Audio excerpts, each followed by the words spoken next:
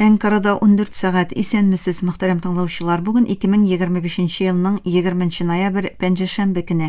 Сез турыдан-туры эфирда Төркия аваз радиосының татар телендәге тапшыруларын тыңлыйсыз. Безнең программа 19 метрлы кыска дулкынның 15306 кГц ешлыгыннан 42 дәрәҗә көнчыгыш юнәлешендәге Түрксат 3А һәм Түрксат 4А иярченнәре белән 3 тапкыр www.trtdinle.com интернет адресы аша һәм кесе телефоннарының TRT Dinle тыңла кушымтасыннан Вот-Ис радио каналыннан тапшырыла. Тапшыруыбызның бүгенге чыгарылышында соңгы хәбәрләрдән соң Төркиянең тышкы сәясәте программасын һәм татарларның Төркиягә мөхаҗирлеге язмасын тәкъдим итәрбез.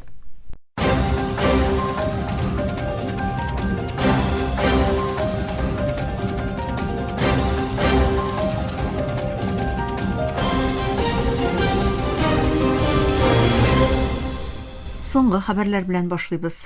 Төркия илбашы Рәҗәп Тайип Эрдоган Русия-Украина сугышын туктату өчен Истанбул сөйләшүләрен яңадан башларга чакырды. Әнкара утны туктатуны тизләтәчәк һәм даими тынычлыкны тәэмин итәчәк Русия тәкъдимен карарга әзер дип белдерде. Ул Украина дәүләт башлыгы Владимир Зеленский белән очрашу вакытында кичектергесез мәсьәләләрне хәл итү өчен киң кырлы кысаларның мөһимлеген ассызыклады. Зеленский Төркиянең дипломатик ролленнән канәгать булуын ассызыклап, тоткын алмашуның яңадан башлануына өмет белдерде.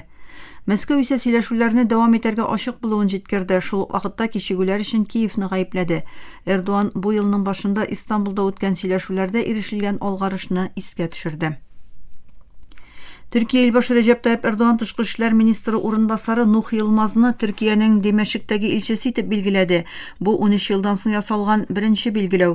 Эрдоган һәм тышкы эшләр министры Хакан Фиданга рәхмәтен белдергән Йылмаз Төркия-Сүрия мөнәсәбәтләрен ныгыту, тынычлык, тотрыклык һәм хезмәттәшлекне үстерергә вәгъдә бирде. Ул Төркиянең кризис вакытында Сүрия халкына ярдәм итүен ассызыклап, уртак киләчәк өчен сүриялеләр белән бергә эшләүдә катгый булуын әйтте.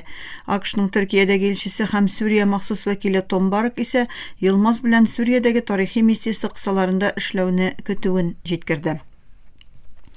Израиль АКШ арадашчылыгы белән ирешелгән утны туктату килешүен тагын бер тапкыр бозып, Газзаны көчле бомбага тоту нәтиҗәсендә ким дигәндә 27 фәләстинлене үтерде, 77 кешене яралады. Тель-Авив әлеге утны туктату килешүен якынча 400 тапкыр бозды.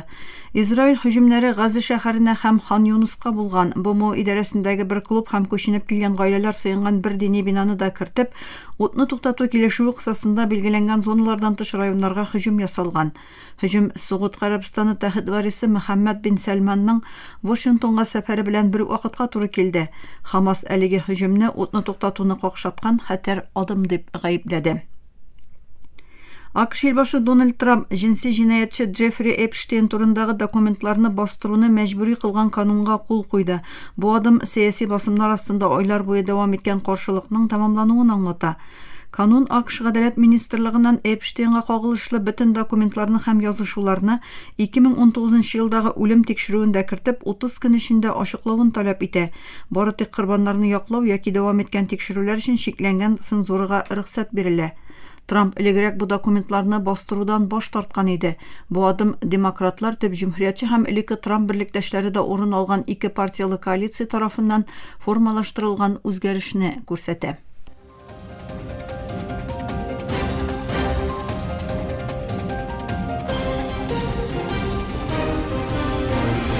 Төркия авазы дулкыннарында соңгы хәбәрләр тыңлыйсыз. Словакия Авропа Берлегенең 2028 елдан башлап Русия газы белән тәэмин итүне туктату планы сәбәпле Авропа Берлегенә каршы мәхкәмә процессын башларга уйлый дип белдерде хөкүмәт башлыгы Роберт Фицо. Русия энергиясенә нык бәйле булган Словакия һәм Венгрия кыйммәтле альтернативалар аларның икътисадларына зыян китерергә мөмкин дип саныйлар. Фицо ихтимал тәэмин итү өзеклекләре һәм бәяләрнең артуына кагылышлы Авропа Берлегенең Словакиягә биргән йөкләмәләре нигезнәмә итеп күрсәтеп, министрларга юридик вариантларны тикшерергә кушты. Авропа Берлеге планына киртә куя алмаган Словакия бер тавыштан ризалык таләп итүче санкцияларны кичектерергә тырышты.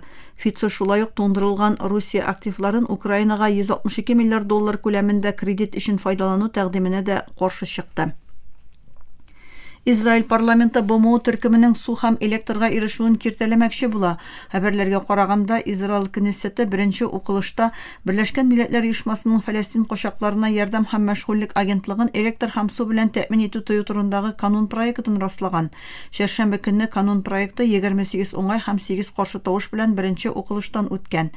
Фәләстин хәбәр агентлыгы вафы җиткергәнчә, канун проектында су һәм электр белән тәэмин итүчеләрнең агентлык исеме астында теркәлгән бер объектка да хезмәт күрсәтмәячәге күзаллана. Канун проекты шулай ук агентлык кулланган һәм Израиль җирләр идарәсендә теркәлгән җирләрне Израильгә контроль итү хокукын бирә. Times of Israel'гә күрә, бу канун проекты 2024 елның октябрендә кабул ителгән башка кануннарга төзәтмә үзенчәлегендә. Алар агентлыкның Израильдә эшчәнлек алып баруын тыйган иде. Бу адым Израильнең Камалыштагы Газада һәм Ярданның басып алынган Көнбатыш үзәнлегендә фәләстиниләргә ярдәм җиткерүне тоткарлау максатындагы соңгы адымнарын күрсәтә. Израиль дәлилләр китерелмәгән хәлдә, БМОның Фәләстин кочакларына ярдәм һәм мәшгульлек агентлыгы хезмәткәрләренең кайберләренең Фәләстин каршылык күрсәтү төркеме Хамас белән эшләвен алга сөрде. АКШ дәүләт сыр катибы Марко Рубио әлеге нигезсез дәгъваларны кабатлады. БМО исә аларны кире какты. Берләшкән Милләтләр Оешмасының Фәләстин кочакларына ярдәм һәм мәшгульлек агентлыгына күрә, 2023 елның октябрендә Газада геноцид башланганнан бирле Израиль әлеге агентлык хезмәткәрләренең кимендә 381-ен үтергән. Ява утравындагы янартау шартлаганнан соң йөзләгән кеше вакытлыча сыену урыннарында кала иде. Рәсми затлар белдергәнчә, якынча 190 кешене эвакуацияләгәннәр. Семиро янартауы шәршәмбе көндез шартлаган, ул атып чыгарган көл һәм газ 13 километр ераклыкка таралган.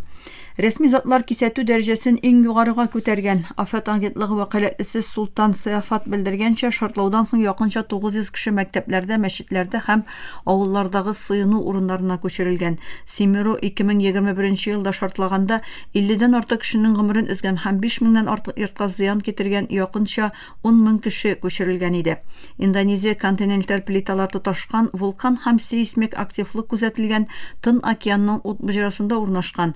Көньяк-Көнчыгыш Азия архипелагында якынча 130 актив вулкан бар. Американың югары дәрәҗәле рәсми заты NBC News-ка АКШ илбашы Дональд Трампның бу атнада Русия белән Украина арасындагы сугышны бетерүне максат итүче 28 маддәлек планны раславын әйтте. Рәсми зат түбәндәгечә дәвам итте. План даими тынычлык урнаштыру өчен ике тарафка да иминлек гарантияларының бирелүен максат итеп куя. Украина даими тынычлык өчен теләгән һәм ихтыяҗ тойган элементларны үз эченә ала. Америкалы рәсми зат планның нечкәлекләрен ачыкламады һәм план хакында һаман да бәйләнешле яклар белән сөйләшүләрен белдерде. Эш Америкалы рәсми затта NBC News-ка тынычлык килешүе кысасының әлегә Киев җитәкчелегенә тәкъдим ителмәвен әйтте.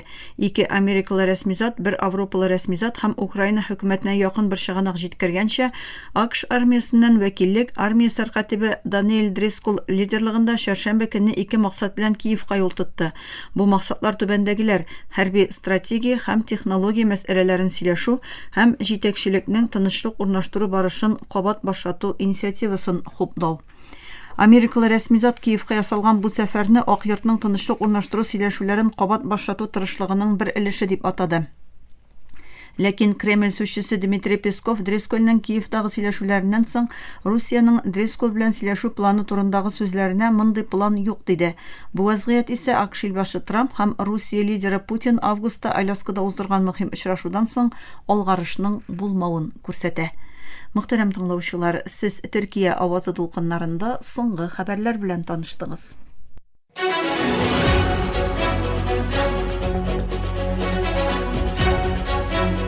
Төркиянең тышкы сәясәте.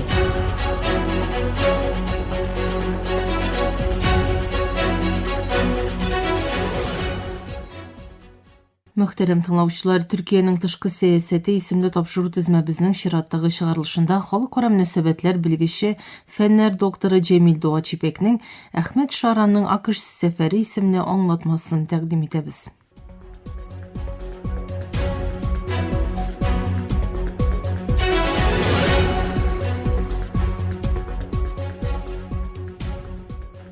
Сүрия элбашы Әхмәт Шараның АКШ-ка ясаган соңгы сәфәре Сүриянең тышкы мөнәсәбәтләрендә тарихи борылыш ноктасы булды. Сүрия лидеры беренче тапкыр Ак йортка аяк басты. Вашингтон белән Димәшк җитәкчелекләре арасында дистәләгән еллар буе дәвам иткән дошманлыктан соң драматик йомшару күрелде. Бу тәрәккыят Сүриянең еллар буе дәвам иткән сугыш һәм изоляциядан соң халыкара җәмәгатьчелек арасына кабат керә башлавына ишарәләп, якын көнчыгыш өчен аеруча да Сүриянең киләчәгендә мөһим мәнфәгатьләре булган Төркия өчен дә киң кырлы нәтиҗәләр тудыра. Әхмәт Шараның АКШ белән мөнәсәбәте Сүрия эшендә мөһим нәтиҗәләр тудыра. Бер яктан, әлеге сәфәр хөкүмәтенең илдәге легаллыгын көчәйтә.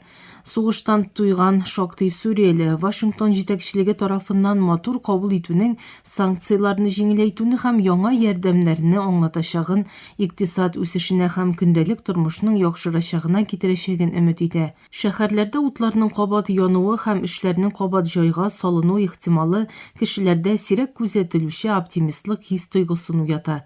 Икенче яктан, элекке гыйсьянчы җитәкчесе буларак Шараның хакимияткә килгән юлы ышанычның әлегә тулы булмавын күрсәтә. Кайбер ашчылыкларны да кертеп, бер вакыт Әсад режимын хуплаган җәмгыятьләр салмак тотыш күрсәтә. Әсадка каршы сугышкан кайбер сугышчылар лидерларының америкалы рәсми затлар белән кул бирешүен ошатмаска мөмкин. Шара бу басымнарны яхшылап тигезләргә мәҗбүр. Төбәктәге барлык уенчылар арасында Сүриянең яңа барышы Төркиягә аеруча тәэсир итте һәм ул тиз рәвештә ахаң өчен эшкә кереште. Әнкара җитәкчелеге инде күптәннән Әсадның вазифадан алынуы яклы булып, Сүриянең оппозициячел төркемнәре яклы иде. Шуның өчен Шараның хөкүмәткә килүе тотышына туры килде. Төрек лидерлары яңа Сүрия дәүләт башлыгы белән беренче итеп элемтә коручылар арасында булды. Хакимияткә килгәннән соң берничә атна эчендә югары дәрәҗәле җыелышлар үткәрелде һәм бу Төркиянең Сүриянең тотрыклылыгында төп партнер булу ниятен ассызыклады. Төркиянең беренче стратегик өстенлеге иминлек, аеруча да Сүриянең төньягындагы ЕПГ террор оешмасы мәсьәләсендә. Төркия элбашы Реджеп Тайип Эрдоган Сүриянең җир бөтенлегенә хөрмәт күрсәтүне раславын белдерде, ләкин террорчы итеп күргән төркемнәрнең шикләренә якын урыннарда булганда Төркиянең эшкә керешүдән тайпылмаячагын да ачыклады.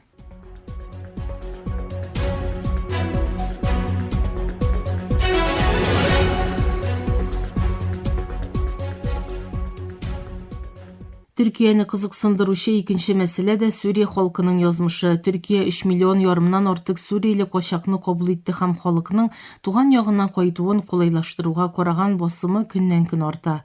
Сүриянең халыкара статусының нормальләшү һәм санкцияларның бетерелүе ихтималы Сүрияле качакларның кире кайтуын мөмкин кылу өчен әһәмиятле. Сүрия шәһәрләренең кабат төзекләндерелү өчен өметләр арта бара. Әнкара җитәкчелеге имин һәм туган якка теләп кайту өчен кирәкле шартларны тудыру өчен Шара җитәкчелеге һәм халыкара оешмалар белән хезмәттәшлек башкара. Качакларны кире кайтырга тәшвик итү өчен җимерелгән төбәкләрдә торак, мәктәп һәм хастаханә планнары төзелә. Төрек рәсми затлары тотрыклы Сүриянең бар төбәккә файда китерәчәген әйтеп, Көнбатыш һәм Фарсы култыгы партнерларыннан бу тырышлыкларны финанслауларын сорый. Киң кырлы илгә кайтулар өчен вакыт кирәк, ләкин Төркия илдәге качакларның йөген җиңеләйтәчәк һәм сүриялеләргә үз җирләренә кире кайту вариантын тәкъдим итәчәк этаплы барышны башлатырга тели. Икътисади яктан сугыштан соң Сүрия Төркия өчен мөһим форсатлар тудыра. Сугыштан алда Сүрия Төркиянең иң мөһим сәүдә партнерларыннан берсе иде. Төркиянең шик буендагы вилаятләре дустана шикләр аша сәүдә һәм сәяхәттән керем ала иде. Хәзер Әнкара җитәкчелеге бу бәйләнешләрне кабат башлатырга тели. Төрек төзелеш ширкәтләре һәм подрядчиклар инфраструктура һәм торакларны кабат төзекләндерүгә булышырга әзер һәм яңадан ачылган шик буе капкалары Төркия товарларының Сүриягә кабат керүен мөмкин кылачак. Яңартылган сәүдә һәм инвестициялар Төркия икътисадын һәм шул ук вакытта Сүриянең тупарлануын тизләтә ала. Кыскасы, Сүриянең кабат төзекләндерелүе Төркия ике илгә дә файда китерәчәк рольне үз өстенә алган уртак тырышлыкка әйләнә ала. Төркиянең Сүриянең киләчәгенә шәкел бирүдәге роле дөнья сәхнәсендә профилен күтәрде. Әнкара җитәкчелеге мөнәсәбәтләрен тигезләүне дәвам иттерә. Сүрия сәясәте мәсьәләсендә АКШ һәм Европа белән якын хезмәттәшлек эшендә булса да, Әсадның элекке хуплаучылары булган Русия һәм Иран белән диалогын туктатмады. Бу тигезлек тырышлыгы ярдәмендә барлык мөһим актерлар Сүриянең тотрыклылыгы өчен бергә эшчәнлек башкара һәм бер-берсенә туры килмәүче максатлар куймый. Төркиянең Сүриядә тынычлык урнаштыруда актив роль алуы Төркияне мәйданда килешүләрнең үтәлүендә мөһим роль уйнаучы ил буларак күрүче Европалы партнерлары күзендә дипломатик хөрмәт казануын тәэмин итте. Шулай итеп, Төркия Сүриянең яңа чорында ваз кичилмәс партнеры булып тора.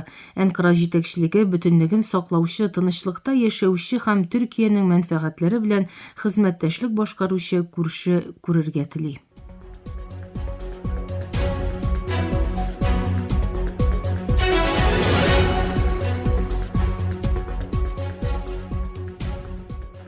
Хөрмәтле тыңлаучылар, сез халыкара мөнәсәбәтләр белгече фәннәр докторы Джемил Дуач Ипекнең аңлатмасын тыңладыгыз. Киләсе атнада күрешкәнгә кадәр исән имин булыгыз.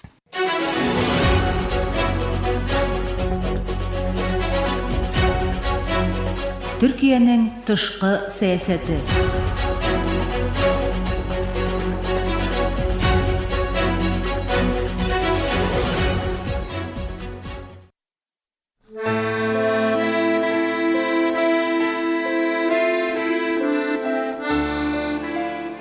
Татарларның Төркиягә мөхаҗирлеге.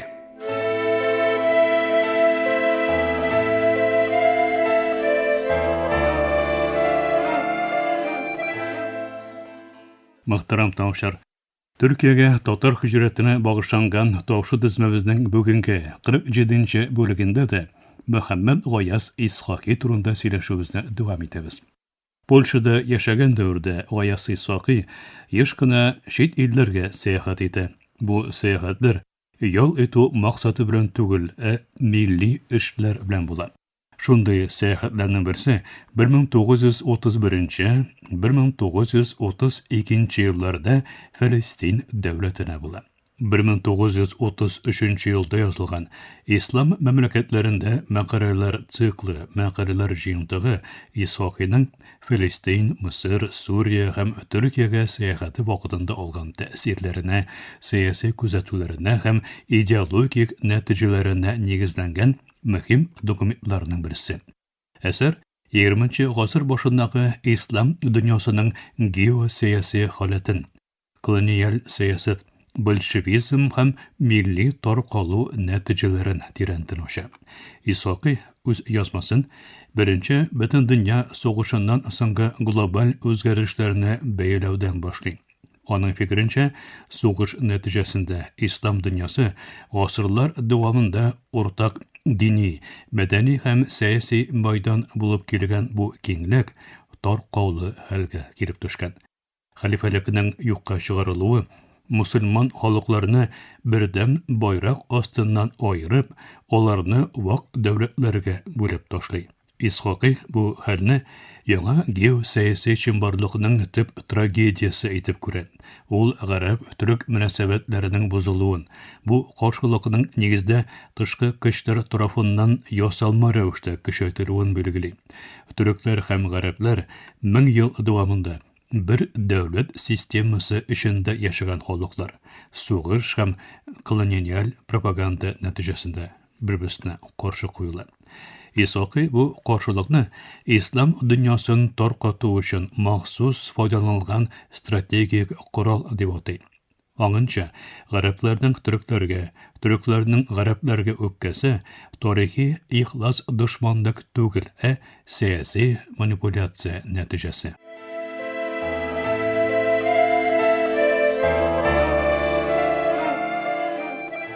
Әсәрнең икенче мөһим юнәлеше Идел-Урал төрки татарларының хәле. Исхакый зур борчу белән Русиядәге мусульман халыкларына карата алып барылган большевик сәясәтен тасвирлый. Ул диннең, мәдрәсәләрнең, имамнарның юкка чыгарылуын милли үз аңга һөҗүм дип бәялый. Исхакый фикеренчә, большевизм ислам дөньясы өчен иң зур куркынычларның берсе. Ул милли бәйсезлекне юк итә, рухи тамырларны кисә, мусульман җәмгыятен традицион нигезләреннән айыра. Үзенең пропаганда челтәрен чит илләргә дә тарата. Ул Гарәп илләрендә большевик агентурасының көчәюен күреп ала һәм моны ислам дөньясының киләчәге өчен җитди хәвеф дип саный. 1931-32 еллардагы сәяхәтенең төп максатларының берсе дә мусульман илләренә бу куркынычны аңлату була. Исхакыйның Фәлестинга сәяхәте 1931 елда үткәрелгән Бөтен дөнья ислам конгрессы белән туры килә. Ул бу курылтайда Русия мусульманнарының вазгыяты, большевик репрессиялары, татар халкының ассимиляцияга дучар ителүе турында чыгыш ясый. Аның чыгышлары Гарәп матбугатында киң яктыртылган, күп кенә сәяси даирәләрдә зур тәэсир калдырган. Фәлестиндә Исхакый гарәпләрнең төркләргә мөнәсәбәтендә җылылык артуын күзәтә. Ул үзен төрек вәкиле итеп күрүләрен әйтеп, моңа аеруча шатлана. Бу хәл Исхакый өчен төрек-гарәп мөнәсәбәтләренең яңадан торгызылуының бер ишараты булып күренә.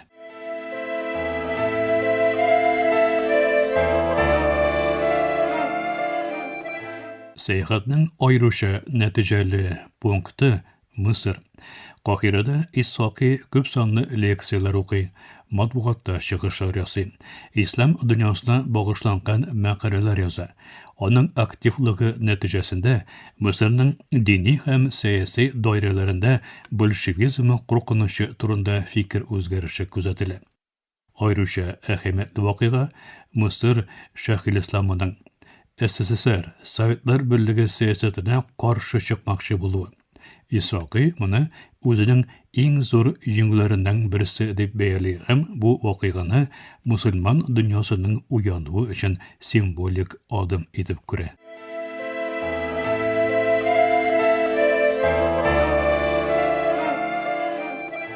Ислам мәмләкәтләрендә әсәренең йомга кереше оптимизм белән сугырылган.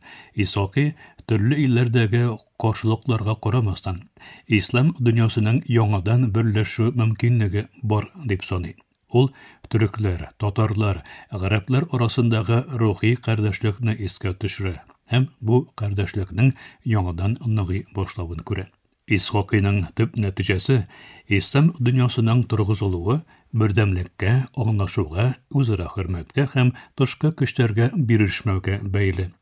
Бу фикерләр бүген дә актуаль яңрашка ия. Чөнки ул глобаль сәясәттә ислам илләренең урыны, көч баланслары һәм тарихи хәтер темаларын күтәрә.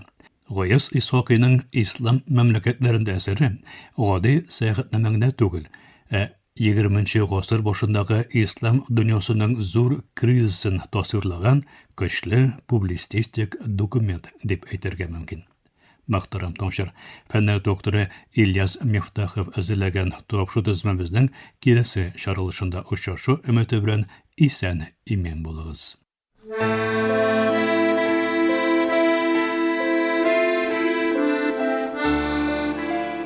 Татарларның Төркиягә мөхаҗирлеге.